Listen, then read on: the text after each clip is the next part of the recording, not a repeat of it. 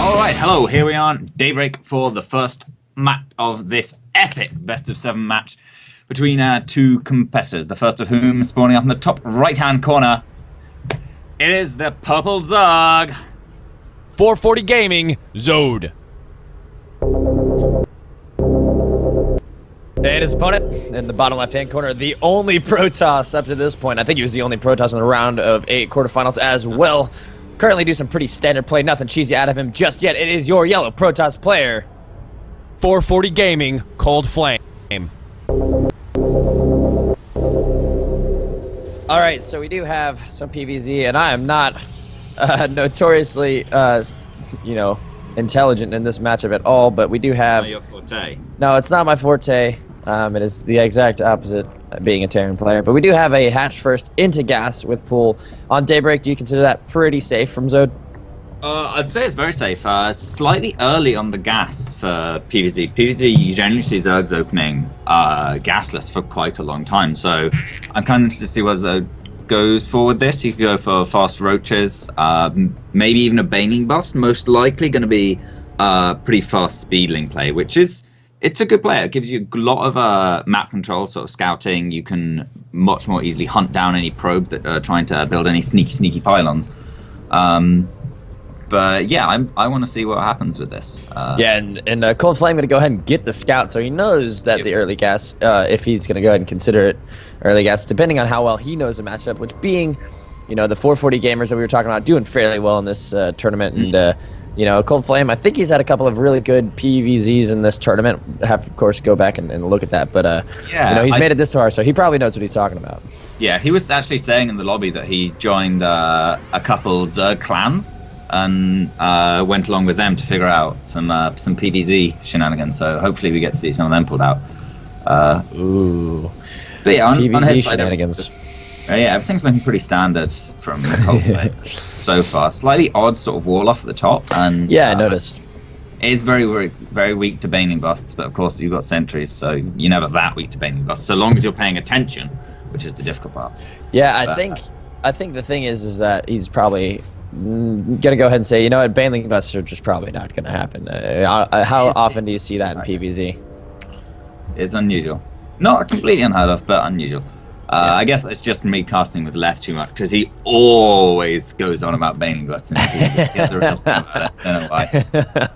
Well, we do have a third hatchery going down for Zode, and another wall, at least on the natural, so he's going to be able to have a little bit more, room to fight in. Of course, the way that the Protoss player does wall off, in case you didn't know, in case everyone was like, how do I wall off as a Protoss? You have to actually just put your Zealots on hold command or probes or whatever have you to block off the one unit narrow base, as Zode's two little speedlings are making their way across the map, and he does have a roach warren just going down, so we're gonna see roaches, which that pretty much seems to be the standard, at least against Protoss in the mid game, is roach play. Yeah, it's very good for defense, even if you don't intend to build any roaches. Going without that roach warren puts you at a big risk of any kind of Protoss all-ins, and or indeed just light pressure, which is what we're seeing coming out of ColdFlame with his 4 gateways finishing up. He actually doesn't have a proxy pylon out on the map though, so that's a little bit interesting. And he moves out exactly as Zode comes in with a big force of speedling. This sentry in the wall is going to be able to stop that, but I think all 3 of these sentries are going to go down. Yeah, and the defensive force fields, even if they are, like, one sentry's gonna live, right? Say they had lived, all their energy would be gone, and you want to save up energy on sentries, because now what Zode has been able to successfully do is use up all those force fields, and then he's gonna go ahead and deny whatever aggression we were just about to see for some time. That's pretty nifty. ColdFlame getting that pylon in right where the creep wasn't spread.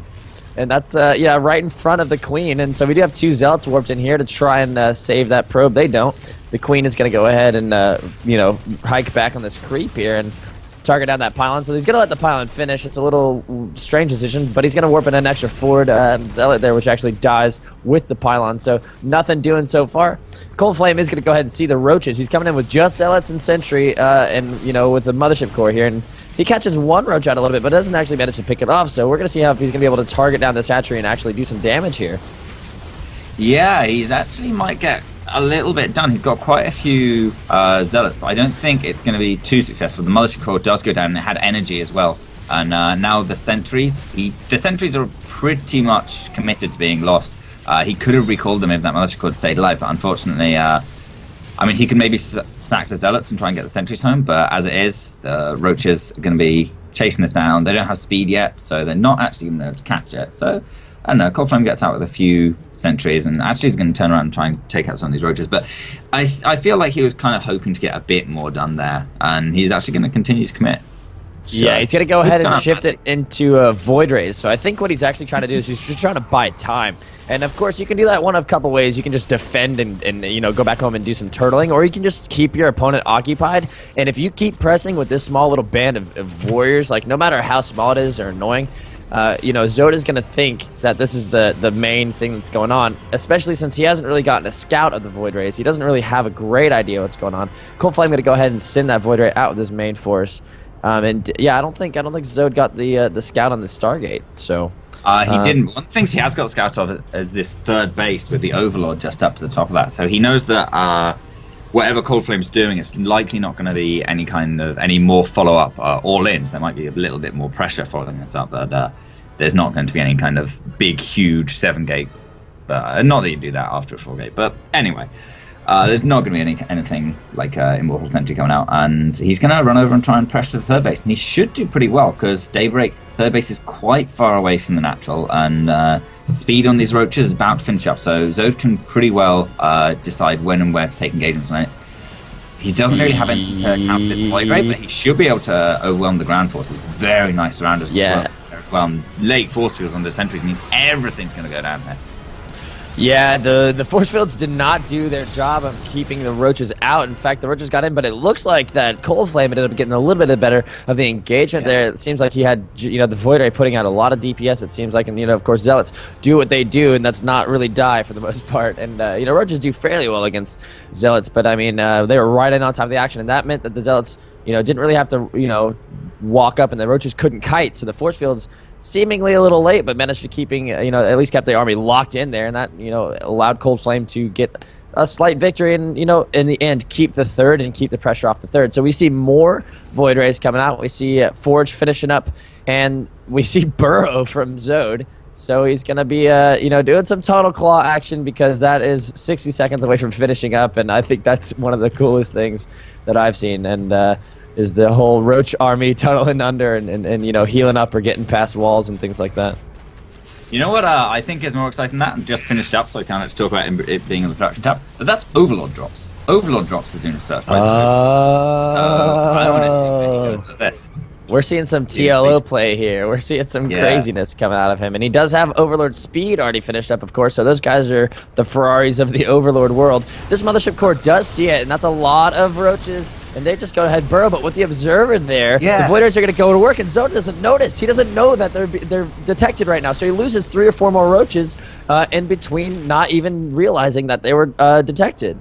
I think he thought Tunneling Claws was finished, but it was just a couple seconds away, and that really shows what difference just a couple seconds can make in StarCraft. Because now this is a much scarier force.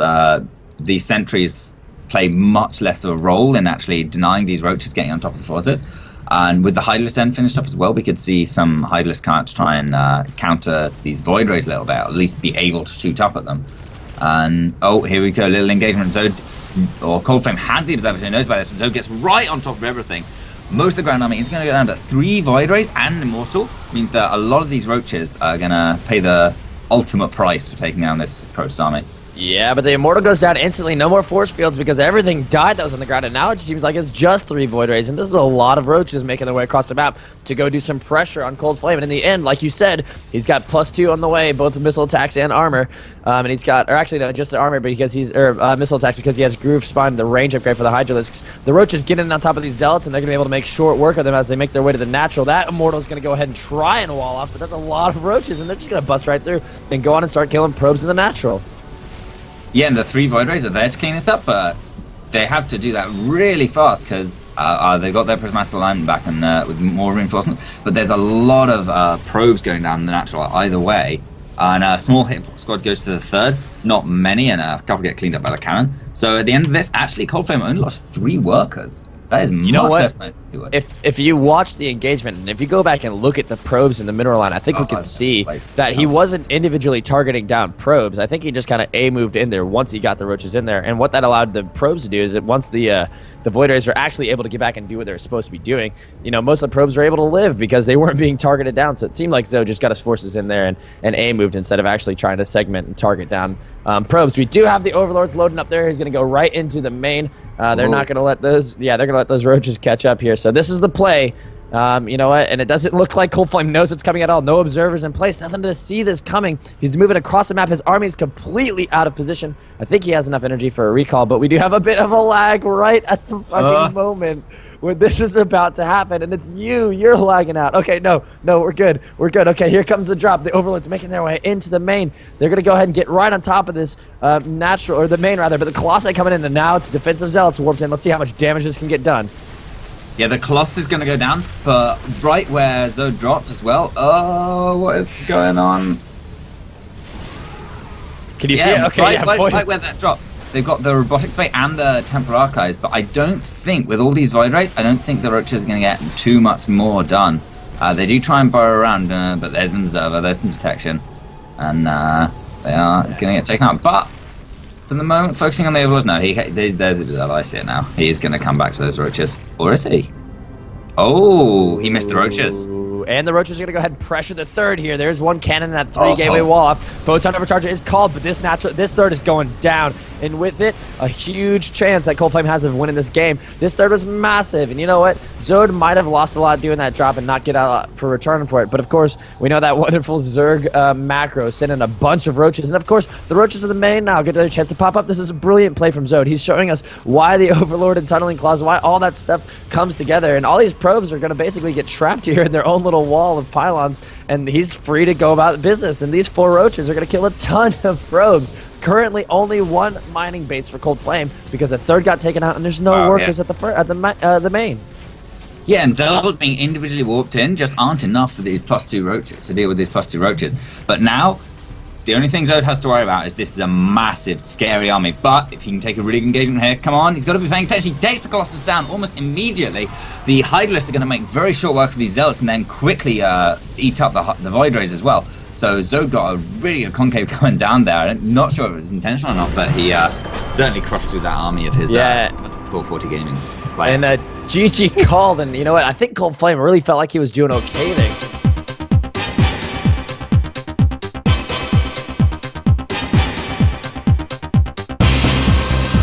Kingdom, that's what we're playing on, yeah. PVZ, of course, and your yellow Protoss player spotting the bottom left-hand corner, currently down 1-0, trying to make his way into the semifinals. It is 440 Gaming, ColdFlame.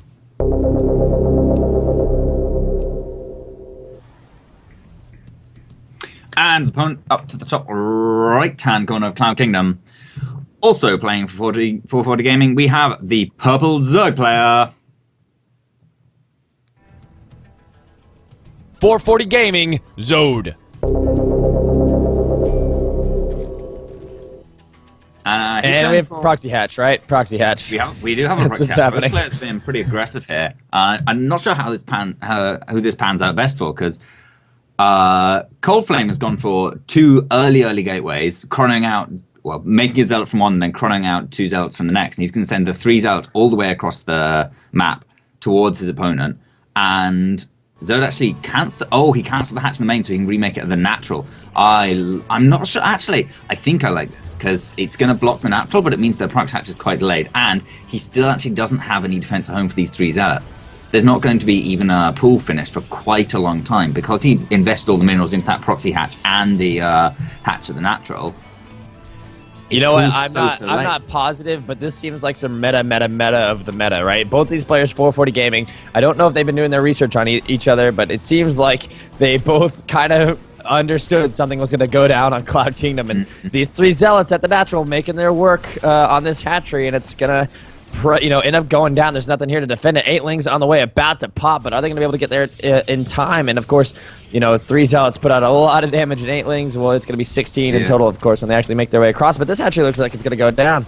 Only 200 hit points on it, and these 3 zealots still targeting it down, and it's going to be really close. Now they're targeting down the lings because they can take the fight, and then these guys are going to turn around and start going right back at that hatchery. Yeah, excellent decision making by ColdFlame, seeing the opportunity to take down those lings, and I think Zode should have actually just let the hatch fall and not fought the lings at all. But he does lose the hatch in the end, but I don't think that's too big a deal. And on the other hand, across the map there is a cannon up on that hatchery, on the proxy hatchery, and he was having to produce all his lings and stuff at home rather than at the proxy hatchery for any kind of aggressive purposes. And I think it might even just been better if he let the hatch finish in the main, because it would have been up so much faster. He would have been able to produce like a queen out of it and maybe a couple of lings as well. But as it is, I think he focused quite a lot on defending at home, which is fine. He needed to, and now that he's defended, he's got a few minutes. He can plonk down that hatch back at home. But actually, he's going for a baneling nest. Are we going to see a baneling bust? we were talking about baneling busts a lot last game, and I was discussing, maybe a little bit how, you don't really see it that often in PvZ, but, all casters eat their own words. We do have a baneling nest going, just finished up, speed about to finish, and of course a ton of lings on the way as well. We do have 2 sentries here for ColdFlame, and it looks like he's about to take his natural finally at minute 7 in the game. In the meantime, he does have a fairly decent wall up at front, and this is looking pretty rough for Zode. I don't like Zode's position, if I'm perfectly honest. He's got 5 banelings here, another one on the way, and he's going to try and make something happen with these lings. He's not remaking his hatchery, so it looks pretty all in, if I'm honest, from the Zerg player. Nexus going down. That's a pretty healthy wall. He might be able to depower some things, but the sentries are there. In come the banelings. They're going to go ahead and detonate all on one pylon. Force field goes down, totally locking out the lings, and nothing doing here. Mothership core comes back at home. Absolute, utter failure from Zode. Perfect defense from ColdFlame, and knew exactly what he was doing. Yeah, this is such a strong wall. You've got to bust through either like the units that are right there, which is going to be very, very difficult if they're sentries and they can just plonk down that force field. And then other than that, you've got to bust through 2 like full-size buildings, which takes a ridiculous number of banelings, more banelings than I think it's feasible to get on one base. And it's looking pretty rough. It's looking pretty rough for Zode. And +1 attack just finished for ColdFlame. So, you know what? If I'm ColdFlame, all I'm doing is sitting there going, you know what? I know how far ahead I am. Layer's about to finish up for Zode and a Roachhorn gone down, but it's probably going to be too little too late, because in a couple of minutes here, ColdFlame's economy is just going to absolutely soar in comparison to his Zerg opponent.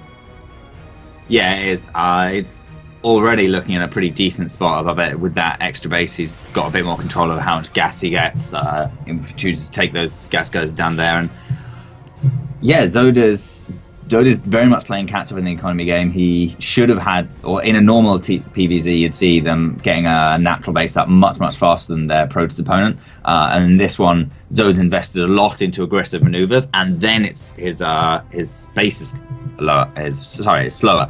And now in the army supply tab, it's 22 supply for ColdFlame and 16 for Zode.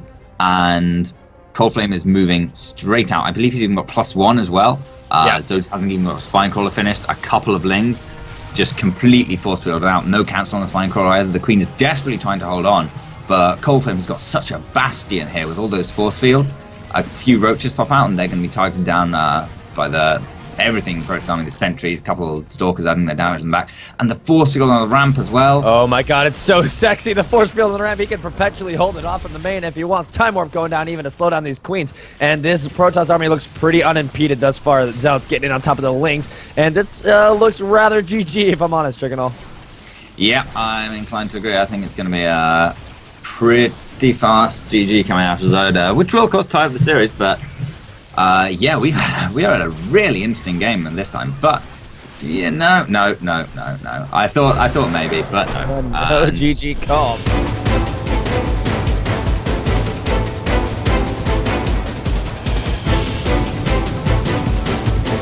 Overgrowth, our newest map in the map pool. So we should be seeing something a little more ordinary this game. Maybe anyway. And it's up to these 2 players whether or not that happens. And first one of them, spawning up in the top right-hand corner, is the Purple Zerg. 440 Gaming, Zode. And his opponent tying game 2 up. Pretty funny circumstances by which he did that on Cloud Kingdom, of course. This is a team kill, so both of them from the same team. You know, try to get that semifinal spot, or that final spot, actually. This is for all the marbles. This is pretty significant. Best of 7 series. Of course, it is your yellow Protoss player. 440 Gaming, ColdFlame.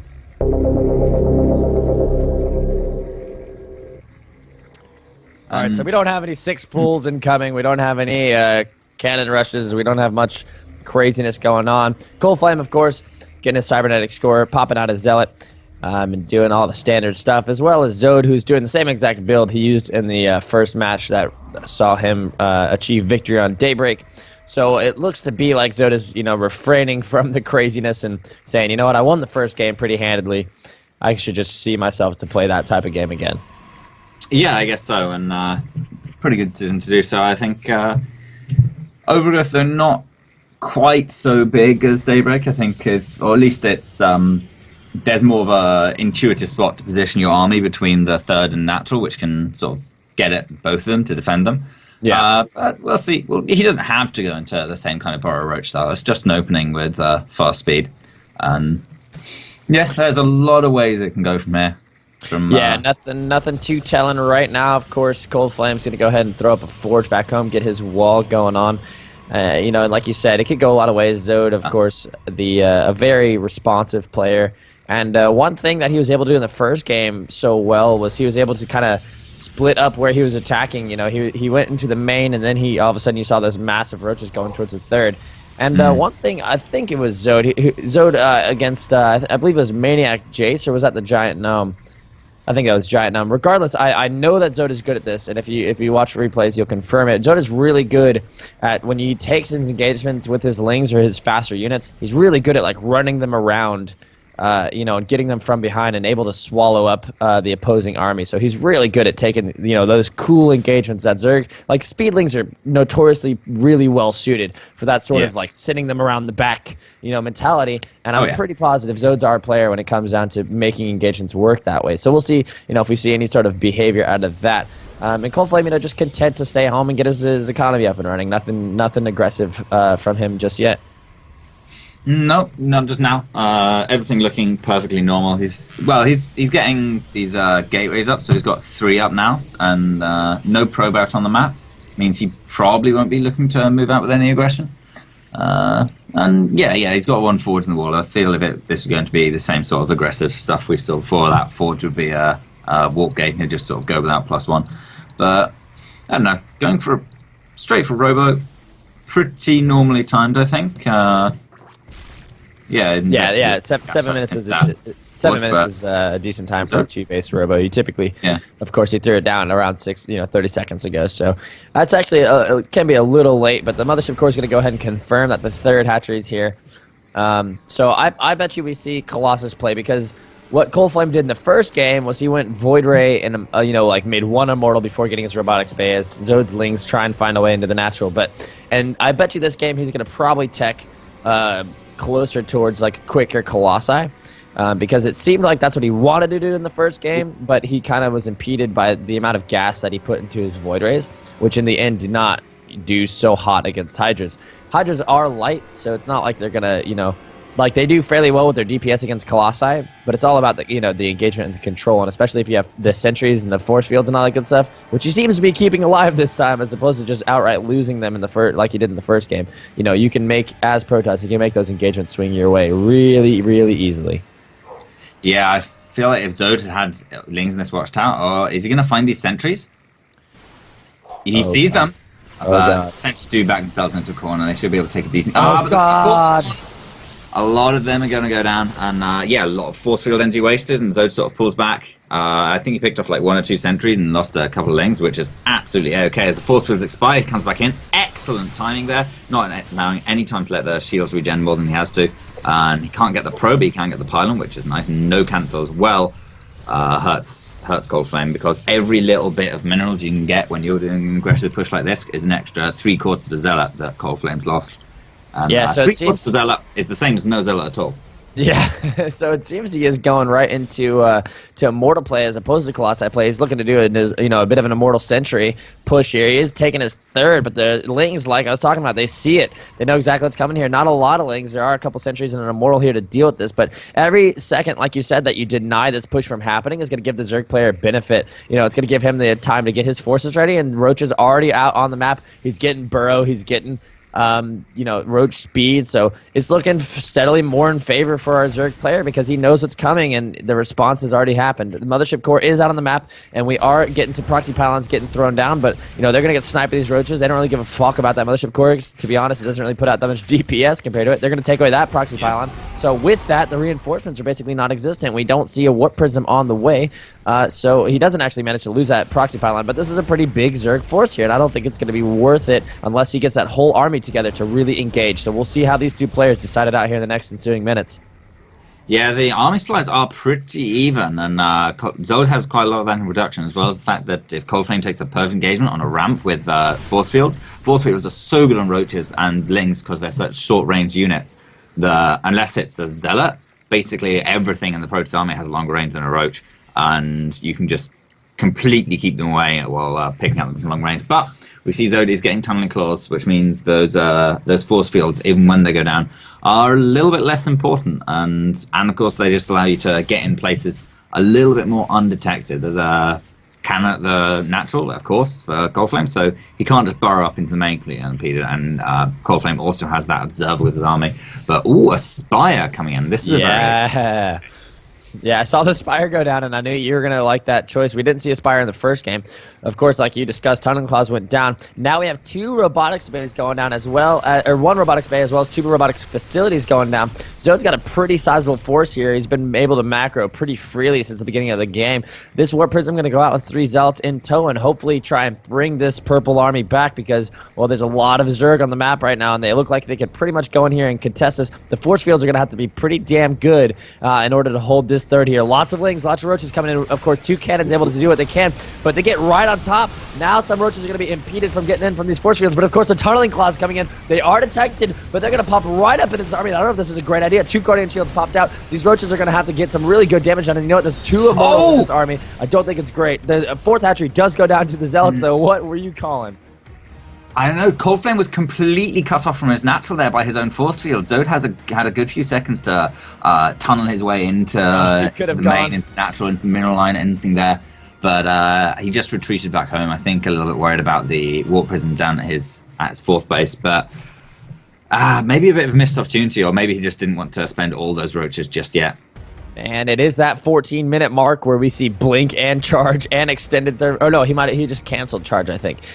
We do see Extended Thermal Lance on the way, so all those great Protoss. Yeah, 3. He's triple producing Colossus off 3 base. Like he's gonna be only producing Colossus right now for the most part. He's gonna be putting all of his money towards Colossi, and you know what? If he has a decently healthy number of that, he could have a very scary mid-game army here rather shortly. But you know what? Zode, I think, smelling a little bit of the danger, is gonna go ahead and try and make something work here.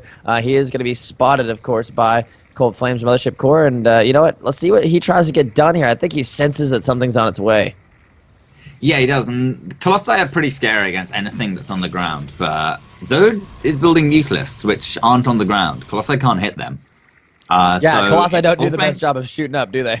Yeah, if ColdFlame overcommits to Colossi, that could put Zode in a great position, but it looks like for the minute, ColdFlame's actually stopped his Colossus production. He's gone to 3 gateways and getting a ton of cannons out. I think Zode actually revealed his Mutalist a little bit too early. They look like they're on his main army hotkey, and he just had like one of them flying around. Exactly. That's enough. Yeah, that is enough. And of course, the cannon's going down defensively. ColdFlame going to get that Warp Prism with his army in Warp mode. A couple more Stalkers in here, a lot of sentries. Nothing in the main to defend these mutas, though. But I think ColdFlame understands he's got to make it work. His army is so far out of position, he's not going to recall just yet. And I think this is the right decision because what you're going to force these mutas to do is come back home. ColdFlame's army is too big. You can't just try and base trade this. You might lose. You know what? What do I know? Zode is going to go for the base trade. There's a mass of purple going across the map, and we are in in a base trade scenario, ladies and gentlemen. The mutas are already in there. We see roaches get in the third. It's lings and roaches making their way across the map. Photon Overcharge has not been deployed yet for this mothership core. It's back home. There's a lot of overlords coming across the map just so that he doesn't get supply blocked. I don't know. He's got a fourth hatchery going down, or a fifth one rather, in the bottom right of the map. There's all this stuff is depowered. No more producing robotics facilities. The mutas are able to go unimpeded basically wherever the hell they want to go. Photon Overcharge calling the natural, but this is absolutely as base trade as it gets. Yeah, it is, but ColdFlame built a lot of cannons trying to defend against those mutants, and they're doing fantastic work doing just that. But the roaches, not so much, and Zode is crushing through this. I don't think ColdFlame has any probes out on the map, so in the end, if Zode can do a good amount of damage to all ColdFlame's nexus, he has a ton of drones out on the map that aren't being denied by ColdFlame's forces. So he can spread them all around and build tons of hatcheries. He's got an enormous bank, but ColdFlame's army is much, much more superior. Yeah, generally when it comes down to base trade scenarios, it's all about the army, because if you can keep one or two things alive in the end, that's all that matters. The sentries and stalkers have gone home. Now it seems to be just zealots, immortals, and colossi. Well, a couple stalkers sprinkled in there. It seems like it was just warp ends. He's targeting down the main hatchery. He's gone. He's going to go ahead and work on anything else in this main. And of course, ColdFlame knows exactly what he's up against. He knows that he has to hold on, and his three bases are actually looking fairly healthy. The reinforcements are trading perfectly against these roaches, and no more mutas are left pretty much. All the stalkers are dead, though. There's two mutas. That's GG, and ColdFlame going to go ahead and take game 2.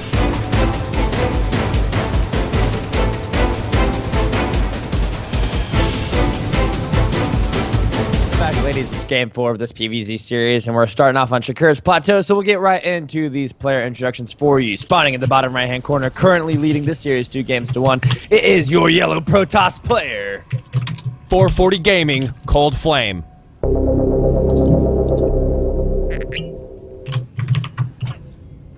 And his opponent, currently down this series and looking to come back into it. It is the purple Zerg. 440 Gaming, Zode.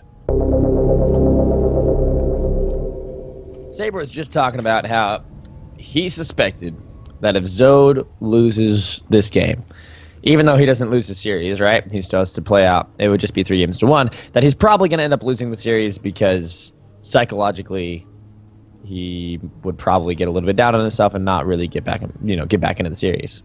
Yeah, well, not only psychologically, but even if say Zode has like a 70% win rate against ColdFlame in history, and he's in the position somehow where ColdFlame is up 3-1, he's got to win 3 games in a row, and his odds aren't like the odds are that ColdFlame will get one of those. Right. Yeah, I mean, if you get a win here as ColdFlame, you just have to win. You've got 3 chances to win 1 game, so that's all the odds are in ColdFlame's favor. Should he do that? And of course, this is we were talking about the spawn locations. Both players scouted first fairly decent recently. Quickly. ColdFlame sent his probe over horizontally, first as opposed to going straight across. So, they both saw each other as quickly as they could, and they both know what's going down. And it appears like Zode is looking to play this a very similar type. So he's not changing it up drastically. No 3 hatch before pool, and he's getting a fairly decently early gas. And ColdFlame looking to do more of the same. But we do have a fairly early Twilight Council going on at 5 minutes. Not too early for 2 base, but still, typically he's been going Forge. First, or he's been. Does he have a Forge out? No, I don't think so. Yeah, typically he's been going Forge first, and that sort of thing. So we do have a slight variation in his build order, and we'll see if we get some early Blink stalkers in out of this build. Yeah, most likely with this very, very fast Twilight Council, I think that's what we'll be seeing. And Shakuris is a really good map for Blink stalkers. Actually, there's an enormous amount of distance up to blink into the main base. There's even quite a lot that you can blink up and down into the natural, and there's this sort of weird back alley route that the blink stalkers can take, although Zode actually does have an overlord position there, so he'll get some advance warning if ColdFlame decides to move out, blinking down out of his base and then blinking up into Zode's. Yeah, and Zode is going to go ahead and take that third, which is above him, and that's a little strange because, well, it's not necessarily strange. He's taking the hatch away from his opponent, but I still think that it's safer to take the other hatchery. That's just my opinion. It's not necessarily safe. I think it's a better choice. I understand the premise, but it's so far away and it's up a ramp after you go down your natural ramp. So there's positives, pros and cons with either decision, and we'll see how well it works out for him. He is going to go ahead and send in a Overlord into the main to get this scout on, and ColdFlame's going to have to build this pylon in order to block off these lings. There doesn't seem to be much else here to defend it. 2 sentries are going to warp it, and they're going to be able to be warped in quickly enough to defend this. There's a little hairy there, it seemed like, at least 1 sentry and a stalker. But that Overlord, I think he spotted the Twilight Council. Yeah, he did. So he saw it researching, and he knows it's probably blink and probably not charged. So we'll see. What would you respond with if you saw that go down at this time? Well, I mean, if he saw it researching, I don't know whether or not he was actually watching it and saw those little flashy lights, but seeing the Twilight Council, you pretty much just continue as you are. You just get ready to build the roach. It looks like Zode it isn't ruling out the possibility of DTs. Yeah, I think he thinks it's DTs, doesn't he? Yeah. Yeah, he's building spore crawlers in strategic locations, which is, it's not the world's worst choice. It's better safe than sorry, sort of. And, yeah, seeing that many stalkers, I feel this early, it would definitely tip him off that it's almost certainly going to be Blink. And you've just got to get a lot of units in holding Blink, really. There's no special secret micro trick. You just get a lot of units. Generally roaches, a couple lings mixed in. See if you can manage to get a wraparound and get on the back. That's fantastic, because Blink stalkers blink backwards. That's the whole point of Blink micro. And then if you're blinking into lings and you're already injured, you just pretty much all your stalkers die, which is fantastic. But you've got to crush the first engagement, because if the Protoss starts off and starts scooping away little bits of your army and picking off roaches without losing any stalkers, that's when it starts to snowball out of control and really, really get bad. And here we go. Nice surround on the lings. They are getting exactly what we were talking about earlier, a little bit further back, but there's just not quite enough there for Zode. He doesn't lose any roaches yet, though, so he's not in the worst position. 1 roach goes out, 2 roaches go down. The lings, not enough to be able to take a fight right now, and pretty much Zode is unimpeded. He can walk into that third if he wants, and of course, one thing to note, he has these mesas here, essentially the mountains, the flat mountains. You can blink up on top of those, and nothing could get them except for the queens at this point. This hatchery is totally unguarded. It's going to go down. There's a lot of blink stalkers here, and these stalkers, if they want, can micro up into the main and then skirt down into basically perfectly defensible region with the rocks that block him off, and that would pretty much eliminate any chance of Zode getting him if he wanted to. But you know what? He has pretty much a mass of blink stalkers here. This is an MC level of stalkers, and he's gonna pretty much do what he wants at this point in time. I'm not sure Zode's got a great response to this. More roaches on the way seems to be the answer, and you can't really do much besides that. He had to sack the third. Did he really have a choice in that, though? I don't think he had the numbers to deal with it. These stalkers are pretty much gonna do what they want from here on out. This is a ton of stalkers. Yeah, he had to sack the third, but now that he has, I mean, he wasn't getting that much income from it anyway. His droning was a little late, but now Zode is trying to get on top of this, and fantastic link point back by ColdFlame, with only losing a couple stalkers, and GG.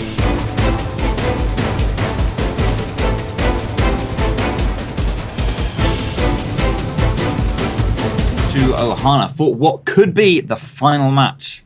Our first semi-final here, or our second semi-final, and the player hoping that it is the final match is the yellow Protoss in the bottom right-hand corner. We have for your viewing entertainment 440 Gaming, ColdFlame. Yeah, and just to remind you, this is the you didn't miss the first semifinal. We've still got the semifinal. It is the first semifinal, and his opponent in top left-hand corner trying to take it back and do, what he can to get himself back into this series and potentially a final spot. Down 3-1, trying to make it happen on Ohana. Looks to be continuing with the same build. It is your purple Zerg player. 440 Gaming, Zode. And we have a proxy hatch, and he just canceled his assimilator. Or his extractor, rather. Extractor. His extractor. Yeah, I don't know whether that was for an extract trick, or I guess it could have been, actually, now that he's put it back down. But either way, maybe just a little bit of extra money. And yeah, with no forge, it's going to be a little bit more difficult for ColdFlame to deal with this. He's going to get the Zealot out pretty fast, and that's going to start slicing away. But that's certainly not enough to cancel the hatch at this stage. And if Zode can get a queen out or a couple of lings, then The Lynx shouldn't be able to get into the main because ColdFlame does have that little bit of a walling up at the top, and if he can even just get a probe there, it won't be a problem. But if Zode gets the queen out, then that's going to delay the natural ColdFlame for a very long time. With the plonking down a couple of creep tumors which can spread around, and you have to clear those up. You basically have to get an observe first in there. It's quite difficult. We'll see whether or not Zode decides to go for that, or whether he just lets his hatcheries naturally carrying creep delay his opponent's natural. And back home, this is going much more like it seemed Zode wanted his first proxy hatch to go. He's got his base up. He's got his hatchery up. There's no aggressive movers coming towards him. I don't think these are going to be able to kill the Zealot. Riddlings do a pretty good amount of damage. I do want to remark that, like Neuralisk said in the chat, this is the last. He could potentially lose it. This is match point for Zode. And he goes for a proxy hatch. It's a little telling where his head's at. He's trying to get a victory, man. He wants to win this thing. That's definitely an aggressive move. I don't think he's saying, fuck it, throw it all to the wind. I think he definitely wants to win, but a little craziness, out of our Zerg player. Is it worth for, the 400 minerals, which takes a lot out of you from the beginning to deny the Protoss natural this much? It's... well, of course, being a Zerg, I know that a hatch, despite all the other command centers costing 400, it costs 300 minerals. 300 minerals. 350 if you count the drone. Oh, look at that. Including the drone, that's right. Yeah, 350. Okay, so you got me on that one. Is it worth the 350 minerals to do this? I'm not sure, honestly. I think it depends how much you get done with it. And I think Zode managed to get a fair... He was pretty good. He didn't get any lost mining time from any pros pull, so ColdFlame probably made the right decision there. But this natural is very, very late. You can see there are some builds that get Protoss a third by this point, or at least one building. Just, you kind of hope they don't scout it. And yet for the natural to be going down now for ColdFlame, and ColdFlame hasn't done anything to really suppress Zode other than, Zode invested a couple minerals and a drone. Zode's looking pretty good. He's got almost 10 workers ahead of his opponent. He's got enough minerals that he can plonk down a third hatch as and when he wants to. And he's looking pretty shiny, getting his tech up. He's just finished lair. I imagine we're going to see a Hydralisk Den coming out of here. And yeah, I kind of like Zode's position. Yeah, we'll see if he's going to be able to, see it through and make something happen. We do, have rocks going down from ColdFlame to open up that third, more defendable third position as opposed to the forward one. We do have a stream of Lings coming across here, a fairly timely Spire. It's 2 base Spire, as well as a Hydralisk Den coming down. We don't have any, a third on the way just yet for our Zerg player. So, a Hydralisk Den as well as a Spire. I don't know if he's going to have enough minerals to make both of those work as these Lings go ahead and come up this natural ramp and see what they can see. And they see that there's pretty much a wall there and not going to really find out any more else. We do have drones transferring, Overseers, doing all the typical Zerg stuff. Creep kind of getting a little bit of spread. We have one creep spreading queen spreading creep, rather. He is going to go ahead and break down these rocks, and then I'm assuming going to go ahead and finally take a third. But what do you say about getting a Hydralisk Den and a Spire? And he's hiding the Spire. Like, that's a pretty nifty move there.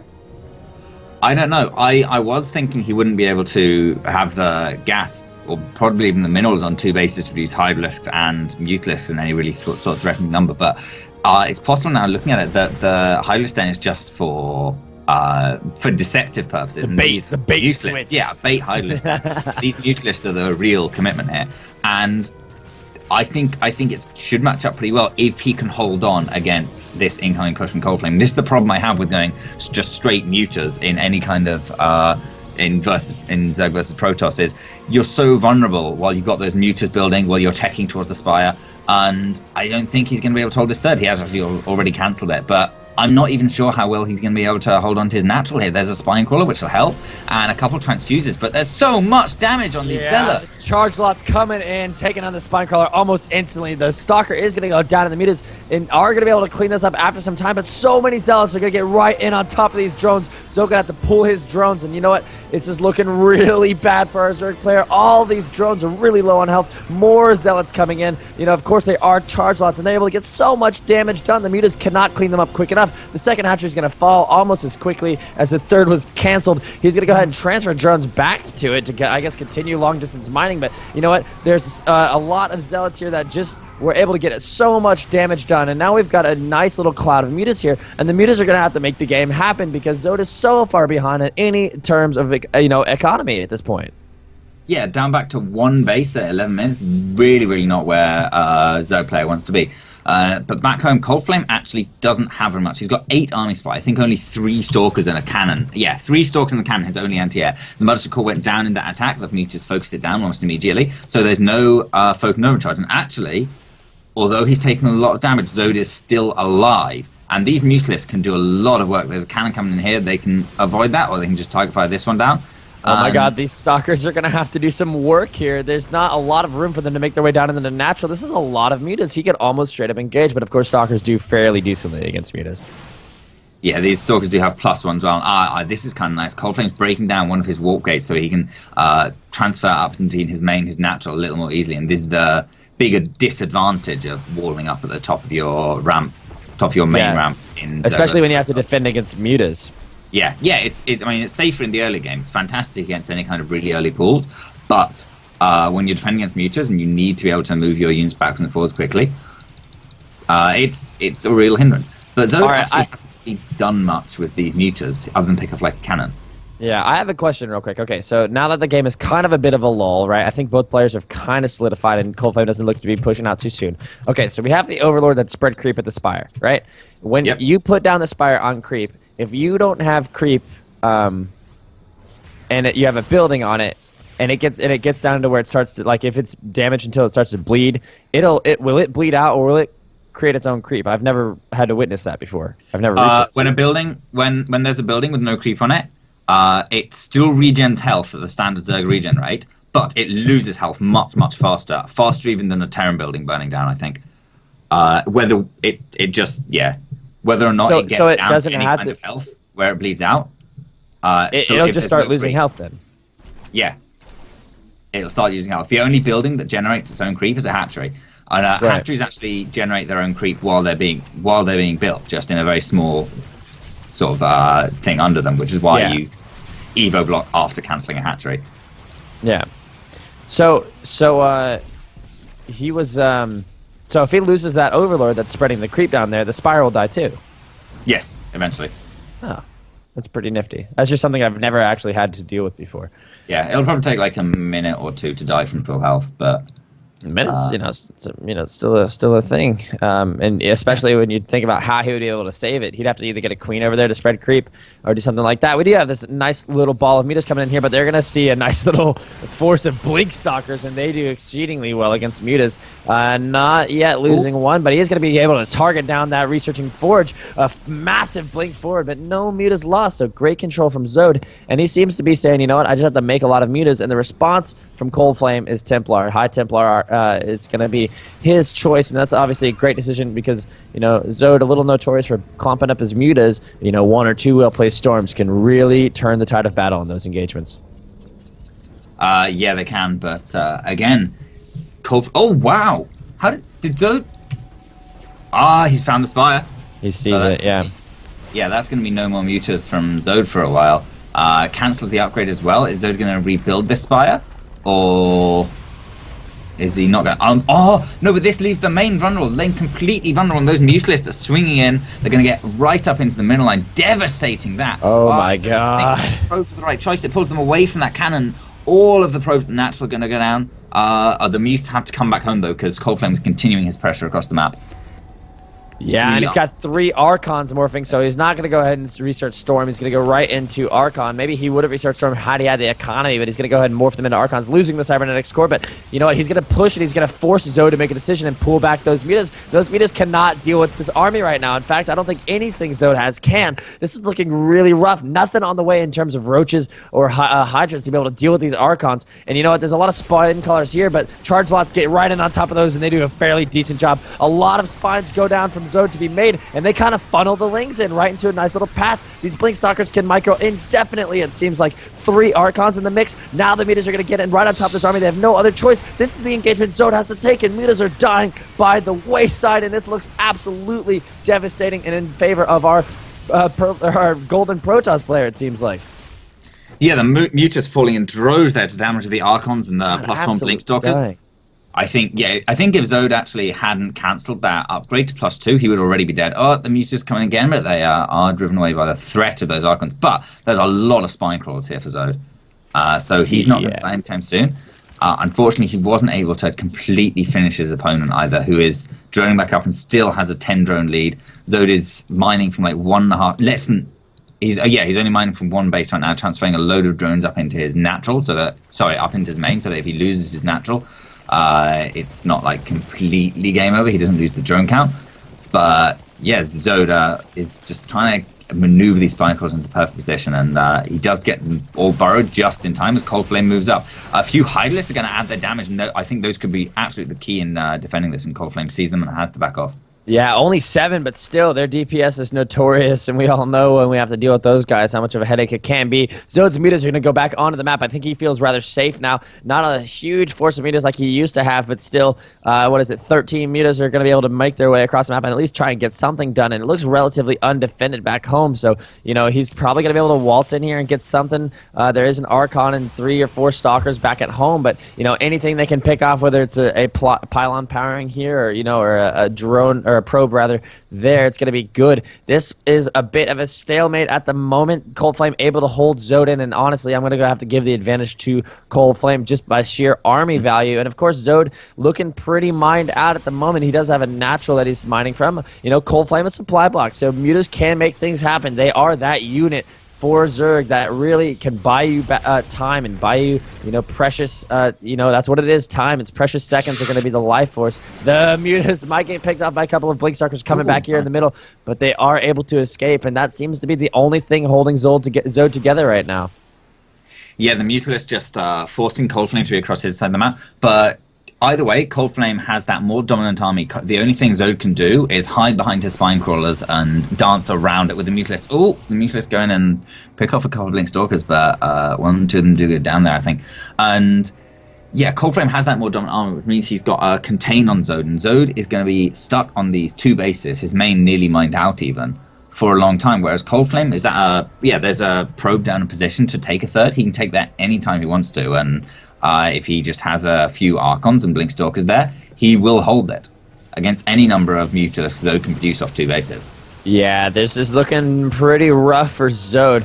He does have a fairly healthy number of Mutas, but, Blink Stalkers are going to try and make something happen here. Zode has to be really careful. It's going to be his micro, it's going to really see him through this battle. A load of Blink Stalkers coming down on the main, or the natural low ground, rather, as these Mutas try and make their way into the main mineral, line, and they're not going to see a lot of probes that they can catch. Now they're kind of worked their way into a corner, and the Stalker's almost able to get some damage done, but of course, now he's going to go ahead and pull out those Mutas. It's his lifeline. He cannot lose those Mutas at this point in the game, because if he does, he's absolutely got nothing else. It's, every little bit, Zode's making the plays. We know where his head's at now, right? That creep is going to give him just a couple extra seconds here. Each time he dances those Mutas back into the main, he's going to give it a little extra seconds here. He's taking his 3rd. If there's anything that he's doing right now, it's this, and it might actually pay off for him. So Zode is trying to make it happen at least. Yeah, it's going to be so tough now. ColdFlame actually has enough units to split 3 different forces up, and Mutalist goes down, and he had 3 different forces, one his main, one his natural, one his 3rd, each of which could have taken Zode's little Mutalisk clock there. And aside from Mutalisks, what does Zode actually have? He still only has like 8 Hydras, and it's enough to defend, but nowhere near enough to fight. And a big blink forward picks off a Mutalisk and brings one down to very, very low health. The Mutalisk regen will help with that, of course, but still it means that if he gets caught out again within the next couple of seconds or next minute or so, that Mutalisk is almost guaranteed to die if any Blink Stalkers fire at it. Plus 3. Yeah, I was just about to say +3 on the way. And these Archons, of course, are going to be able to put out a load of damage versus basically anything they come into contact with. The Lings are going to confirm the third, and that's pretty much all they're going to do. They are going to make it out with their lives, it seems like. Templar Archives has been finished for some time, as that shows the upgrade, but can he get in here and snipe this Forge? But he's going to get himself locked in a little bit. I don't know if this is a great decision, losing a Muta. Each Muta he loses is going to go ahead and give ColdFlame even that much bigger of an advantage in this game. But Zode doing what he can, trying to re-drone, making a little extra mutas here and there. More Archons on the way, more the same from ColdFlame. At this point in time, you can't take engagements like that in the middle of the map. More mutas going down. Each muta you lose takes a second off of your life in this game, and with that, probably the tournament life. At this point, so many Archons. Artosis, you got 8 Archons in that army composition. He can take this fight, ColdFlame, but he's making damn sure that he's going to be perfectly fine when he does. Zode, sensing where the army's at, going to go ahead and try and come in and snipe this Nexus, and it seemed to be the only chance he's got, but the Blinks come forward, and he's going to have to run away with the Xenas. Not as, formal as and final as I thought it was going to be. Yeah, I mean, he doesn't get the Nexus, but the important thing is those Stalkers, those Archons followed him all the way across the map. So I went from being incredibly worried on how Zode was going to hold off against this force to suddenly like, he doesn't have to because, the forces had to retreat. But now I think ColdFlame's going to actually just sack that third and go straight through with it. The army's got 9 Archons out here. The Muclis is going to try and come in and punish ColdFlame for this, but I don't think there's enough Muclis to punish him adequately because the Archon goes down, but actually ColdFlame splitting his forces. His indecision is what's killing him here. For 9 Archons, I'm not sure that's enough to bust the Sniper wall, especially not if he sends them in one by one. Yeah, he takes down the third hatchery, which is almost game-ending, and, the mutas are able to get a lot done. Now the Stalkers get in here, but not a lot of probes make it out with their lives. You know what? This is that thing that we're talking about, is every opponent who plays against a muta opponent knows that if you let them get a healthy, massive mutas, they're going to keep you guessing all game. And although ColdFlame was able to come in and take out that third, Zode, really put on the ropes for that, but he's doing all he can, and the mutas are constantly making you, do things like split up your army. If you're Terran, leave a couple of mines back home, build a few extra turrets, and every little bit's gonna help. And of course, Zode, that's all he's got. He's doing as best as he can, but to be fair, ColdFlame is on 2 bases as well. He's long distance mining. These mutas are literally doing all they can, but getting in a really bad position, and like we said, each muta he loses, it goes from, worse to even worse. This is a big army from ColdFlame, but with those spine crawlers, can he break through the second? I don't think he can. I don't think so. Those the Archons are going to be the big damage dealers there. He's got +3 on them, dealing 4-7 damage to hit, and Zerg buildings are of course biological, so they get their bonus damage. And he's going to try now, but this is actually getting a little bit all in for ColdFlame. He has to bust this now because he's taking a base trade. His army back at home is actually losing to the Mutalisks. The Mutalisks are taking down the stack of defense. They're taking down all the probes. Zode also has this drone hidden down the bottom right-hand corner. So if ColdFlame does manage to take out all of Zode's drones, all of his hatcheries, everything, there's still one out on the map that Zode's had hidden for a long time. And ColdFlame, he has taken out all the escaping drones, but Zode still has that one hidden out on the map. Zode, great play to get himself back in this game. How much, he's probably, in all honesty, going to lose right here and right now, but he does have another hatchery going up, and what play for him to get back into this game? He's forced a scenario where ColdFlame was second-guessing the entire time. He has a supply lead right now. Like, what? Who saw this coming? But he's made those mutas seem like they were infinite. He's going to have to take out every single remaining structure with them, but the base race is on, and that hatchery means that he's got a chance. And every single second that Zode can buy, this is his last game. He's staying in this for as long as he can. And there's no more producing units for ColdFlame. ColdFlame hasn't rebuilt anything. He's going to be revealed. Can these mutas get it done? He's going to work on all the high-powered structure, the high HP units before the Stalkers make it way back, but they do spot the hatchery, and they're going to start going to work on it. In a straight-up engagement, those mutas lose, but, there's a lot of potential here for Zode to actually get himself back into this game, maybe. I don't know. Yeah, Zode's being so sensitive. He's chasing with these Mutalisks, chasing this Stalker rather than actually killing off his opponents. He can't win by chipping away at his opponent's army. That he will take too much damage from those Archons by going in once or twice, or the Stalker just blinking under him. But again, he can force his opponent to run back Oh, close. He can force him to run all the way back across the map because he's got those drones that can build another assimilator. And at the minute, he's just trying to harass his opponent's army. I don't think there's any chance he'll ever be able to kill those Archons. Oh, he has can't. to win by just killing ColdFlame's unit. The +3 is so strong, and yeah, you know what? He does have the drones, but there it is. He's not even calling GG. And ColdFlame from 440 Gaming, your yellow Protoss players, go to the finals of Season 3, gentlemen. Wow! Oh, yeah. Our first finalist, and...